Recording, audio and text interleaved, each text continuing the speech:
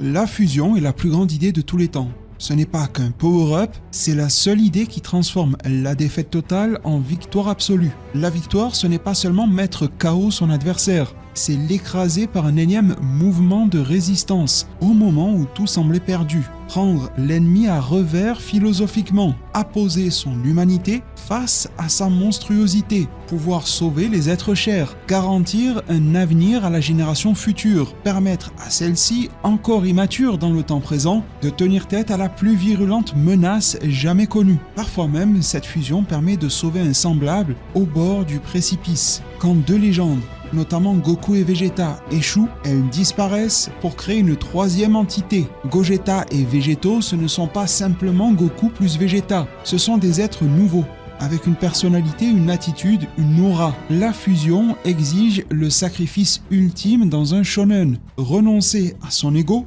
se découvrir un nouvel instinct. La fusion est toujours là pour faire face à un opposant hors norme, voire même qui fraude, en agglomérant, absorbant ou fusionnant lui-même, avant que les héros ne se résignent à le faire. Dragon Ball est précurseur dans ce domaine, les autres œuvres jusqu'à aujourd'hui sont réticentes à l'introduire, et même le Dragon Ball moderne a du mal à gérer cette innovation scénaristique de nos jours. Un concept simple, mythique, intemporel, impossible à dépasser et qui côtoie dans le même manga un principe transcendantal de transformation pour se surpasser, le Super Saiyan.